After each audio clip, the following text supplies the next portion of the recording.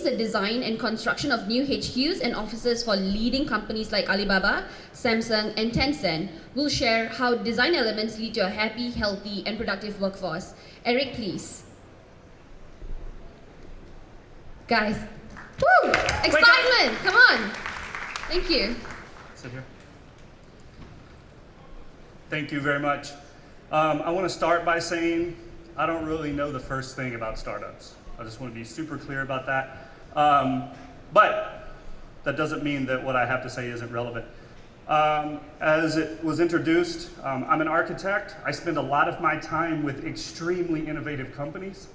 In the past couple of years, I only put this up here. My office, part of our company, was part of Fast Company's, the world's most innovative companies in the world. So that's pretty cool. But a big part of that is because we work with really, really innovative people. A lot of the people that she just named, as you can see up here, Tencent, Amazon, Samsung, Alibaba, these are some of the groups that on a day-to-day basis we're working with. And what I really want to talk today is the future of workplace, because what we know is that Asia technology companies are not only learning from the US, like I think all that's gone now. At this point, technology companies here are leading the industry and kind of transforming what physical space means to how you innovate. And that's really what I'm going to focus on today. When a lot of tech companies started, maybe some of you are in this space right now, backyards, garages, anywhere. So we're going to go on a little journey here because some of the companies that you know very well started in very odd circumstances. As we know, Bill Gates, we've done a lot of work with Microsoft, left Harvard, right? Apple started in a garage. Alibaba, 1999, now everybody knows who this man is. Great that he's a client of ours, really, really cool to be doing that work, but it didn't start with 30,000 people or 40,000 people, however many people are now a part of Alibaba. It started very different. Suning is a company in China. I live in Shanghai, so I do a lot of work in the mainland. Suning is now one of the largest retailers in China. This is where they started. Samsung, of course, this was actually a fish market when Samsung first started.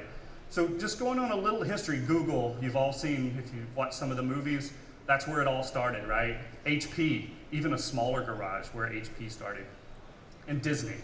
So this is kind of going through there, and when we look at those kind of small, cramped startup spaces, can you picture your favorite one that's now? Like if you look in magazines, you see all these major headquarters that are being built around the world, and many of you can probably picture right now one that you just think is amazing, right? Absolutely. But other than size, what makes companies go from a single use to these large mixed-use campus environments? Like what forces that? Clearly, at some point, people don't fit in the garage anymore, right? But there's other things that are driving that. Is it money? Because they can? Yeah, it helps. It absolutely helps. But that's not one of the biggest drivers. Just because they've gotten bigger and they have a little more money doesn't mean that that's why they're building these campuses. One of the things that we're hearing from all of our clients is, what the people are very different than they used to be, right? So what we know now is 38% of a lot of businesses around the world, if we look at the percentage, are now knowledge workers, right? You would all be considered knowledge workers. I'm a knowledge worker. We're working in different time zones, right? It's no longer an isolated event in a given city. And what people want, and this is some of the things I'm going to talk the most about, where work is being done is drastically changing. We all know this. You all probably do more work in a coffee shop than you do in maybe your actual offices. But what does that mean to physical space? What does it mean to designers like me when I'm trying to help companies like you build your next headquarters that is going to elevate your innovation, right? So what we know is we spend more than 90,000 hours of our life, and some may argue that it's even higher than that, but 90,000 hours of your life will be spent in an office, right? Doing some kind of work. So why shouldn't we enjoy it? Why shouldn't it be great? Well, part of my job is to help give you something that's great, that allows your company to excel.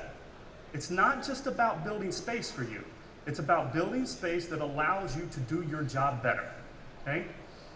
So the answer is yes, we should enjoy it because we can, okay? But what should these workplaces promote? What should they be doing? They should help you create innovative ideas per FTE. FTE is full-time employee, okay? So if every day the space that you're in can be designed in a way that helps every single individual in that room have more innovative ideas, that's a good thing, right? I think we would all agree that this would be something that you would all kind of buy into, right? You would like that. So how do we do that? Well, as an architect, as a designer, I believe great design can do that. I absolutely know that to be true, okay? And we're going to kind of walk through some of that. How? How do you do that? So there's a lot of research that goes into how people behave, right? We know these things. We also know that there's a massive amount of data out there in the world that helps us understand how people function every day, what they do, how they see each other. And when we take that research and we take that data, design, computation, we're trying to create outcomes. So what I'm going to do today at the back half of this presentation is to kind of walk you through some of the things that we try to focus on. Now, there's a lot of parameters, there are a lot of things that make design of your space help your people, but I'm going to focus on kind of the top 5. The list is bigger, but what I try to do in the time that we have today is to kind of focus on the 5, okay? So, here's what we're looking at. Diversity. I'll go into all these in a little more detail. We're going to talk about interaction. What does interaction mean, and how can design help to elevate how much you interact, okay? Connectivity. Those aren't necessarily exactly the same things, right? Interaction is this, connection might be large groups that are in proximity to each other. Mobility, right? How can offices be more mobile? And number 5, how can we be designing for health? Okay, so let's look at these in a little bit more detail. Diversity. This gentleman right here, his name is Dr. John Medina, and he's actually a brain scientist. He's currently a fellow at NBBJ in our headquarters in Seattle. And John has written a lot of books on the brain. How does the brain process? So he is truly an expert in this field. And as a fellow at NBBJ, he's working with us to understand how your brain processes space. And how, if that space is altered, how you then process that, right? So we can really start to understand what it means. So why would we do that? Because we all know when we look at diversity that we all process information differently. So why would we create a workplace that says you all have to function and process data, your own mind data, the same every day? So that gets back to diversity, right? How do we design spaces that bring that diversity to you and allow you to do different things on different days in different types of space? Okay? Here's some things that we're currently doing with our client Alibaba, some sensing occupant environments. Now this has been around for a while. I can't go into detail in some of the stuff, big confidential things here. But know that we're really starting to look at how the occupants of their buildings are being sensed and things change according to them. And this isn't like, the Bill Gates where the music comes on when he comes in the room. This is far more advanced stuff than that. Interaction. Space should promote conversation, okay? Seems pretty basic, right? But it actually takes a lot of work to help people create more interaction on a day-to-day basis. So why would we do that?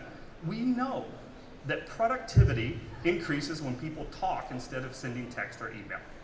There's a lot of data that's been done. It's something like, 65 feet away. If someone is 65 feet away, most people will send a text or an email. I mean, that's pretty scary, right? I mean, 65 feet is right over there. So how do we create spaces? How do we design these very large campuses to bring proximity down, right? So that interaction goes higher, because what you need is productivity to go up, okay? So just a quick little simulation here, or not.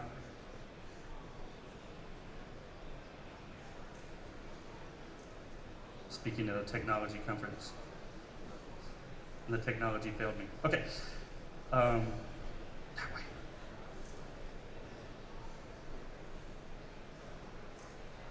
There we go. Thank you.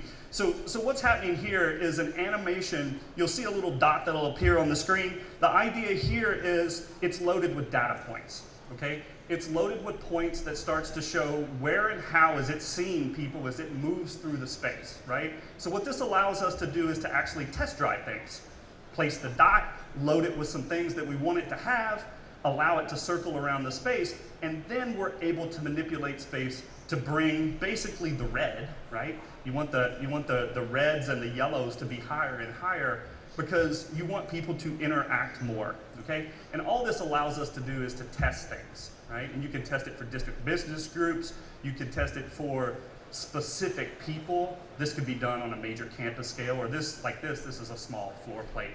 So here it's really about how do we test a theory, right? How do we test a theory? Because for a long time we've known these things, but at this point we can actually use kind of data-rich kind of simulations to prove an idea, kind of proof of concept, if you will. Okay, the next one is connectivity. Space should link teams. Again, a lot of this stuff you may think of it as, well, of course, right? But what you need to know, and especially after the talk that just happened, when you think about scaling, right? When you think about scaling up, a big part of my job is to help you understand when you start scaling, what does that mean? What does that mean to your business from a physical environment standpoint? Because it's not just as easy as getting new space that everybody can fit in if you're truly looking to elevate kind of innovation, right? Where design can be linked with how your business is going to function, and then at that point, we're really starting to elevate your business practice, okay? So why would we do that? Greater connectivity creates greater efficiency. Greater efficiency frees up time, and it frees up profits, right? This is very straightforward stuff, but through the design process, we can actually find ways to connect people in very different ways.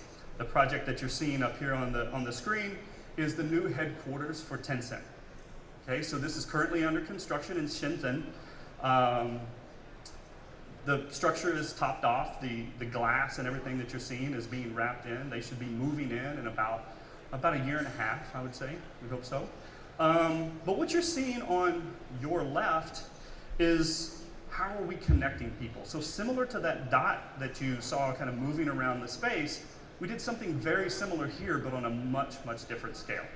So when you look at this headquarters, this was really about how do you take an urban environment, a very dense urban environment of Shenzhen, China, and build a campus, right? How do you take something that might typically be built outside of town, spread out, maybe like Microsoft in Seattle, my home before moving to Asia, and you build it in a way that says the campus has to go vertical. And that's exactly what you're looking at here, but it was all about these interaction zones. It was all about how do we connect people and allow them to function in a vertical campus format, because they truly believe that elevating connectivity elevated ideas, right?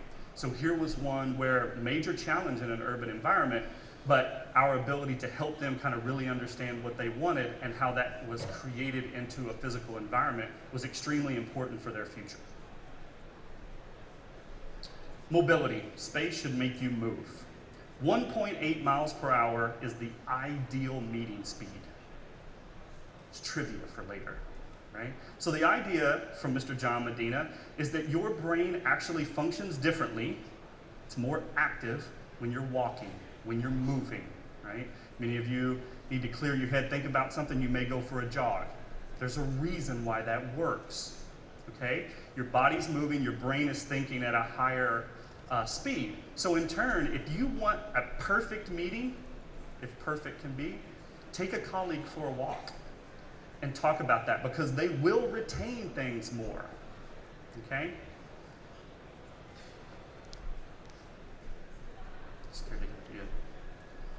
So that's the why. We know that physical mobility enhances the brain's ability to develop and retain ideas, right?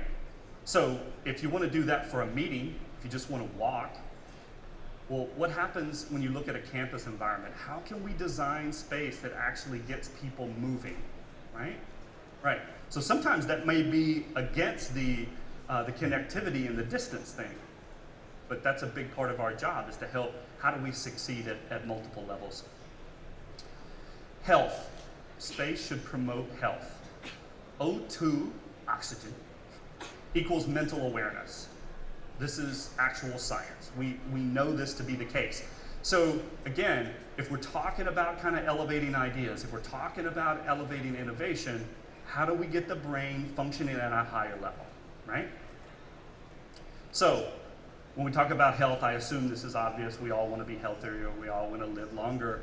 And we believe that through design and the way that buildings are built, we can do that. We can absolutely help to do that. Our practice also has a very large healthcare practice. We actually have nurses on staff that help to design our buildings, usually when we're designing a hospital. But we leverage them in these spaces as well because they really understand health and what it means, nutritionists, what it means to be healthier in the workspace, okay? So here's some work that we currently have done it with Samsung. If you can hit that back there to get that going again.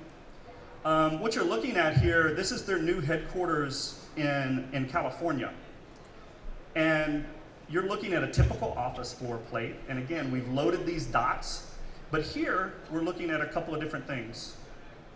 The average coworkers that you see in a day, so we talked about that interaction earlier, and the average calories burned. How many people in the audience right now have one of those wristbands on that is tracking how much you walk in a day, right? It's become a part of our life. So we can run those same simulations with a dot, right? So the idea here, one was, if someone is on a different floor, they may as well be in a different country. I mean, these are some of the things that we were hearing from Samsung. So we wanted to create space that allowed them to see more and more of each other. And that could be people on different floors. You see some of those red lines are actually looking through glass down to another floor. But it also means people on their floor. At the same time, we want to know that these people are moving, right? That they're becoming healthy. And these are things that was very important to Samsung as well. They wanted to know that that was a fact. So we run these simulations to make sure that they see that that can actually happen, right? And design changes based on trying to get that absolutely as high as we can. Okay, so we got a few more slides here. So what's next? Like, we look at all this stuff. This is some stuff that we've done. And when I think about groups like you who are starting up, you're looking to expand, you're looking to scale, what's out there in the future? What should you be thinking about when you're hiring people, when you're looking for space? What are the things that are going to be important? You know, this is a typical office floor on the left there. And what we're starting to see, especially in the technology sector, if you take all those things I just talked about, the idea of the continuous floor, right? That doesn't mean just get a big space like we're in right now and just, you know, put everybody in here because it's one continuous floor. But what if it was a high rise? What if that floor literally was a large ramping system? So what you're starting to see here is some ideas that we've been working with a client of ours in how you could redesign the high rise. So what you're looking at here is about, what is that, about 6 or 8 floors. This could be replicated multiple times. It could be a 6-floor office building. But the idea is that it is a continuous floor. It might be kind of hard to see, but that floor is actually, the yellow portion is ramping. So in portions of it, you see there's stairs, and when you get down on the other side, you see that there's smaller stairs, which basically means, right, that there's this ramp that just kind of keeps going down. And of course, the office space is level. Everybody's not having to sit like this. But the idea is a continuous floor plate, right? The core, unlike, you know, where all the elevators and things are, here is very porous. It's allowing people to move back and forth. You've got the continuous floor plate.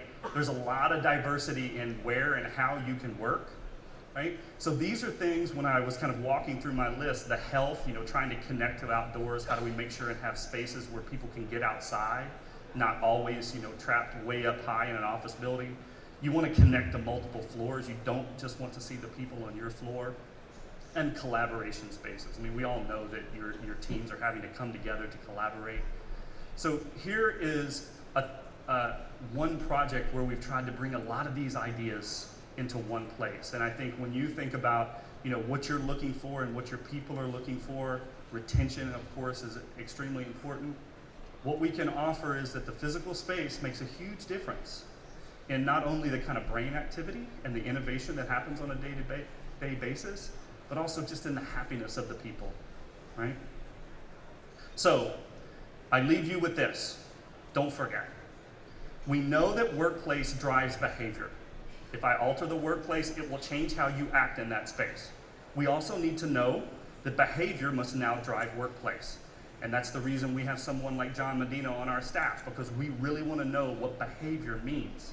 But that's also the behavior of the people that you have on your staff. So those two things need to work in concert together. I should back up, I've gotten too close.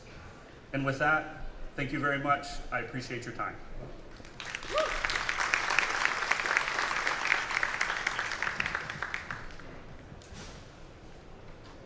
Thank you, Eric. So data has become a buzzword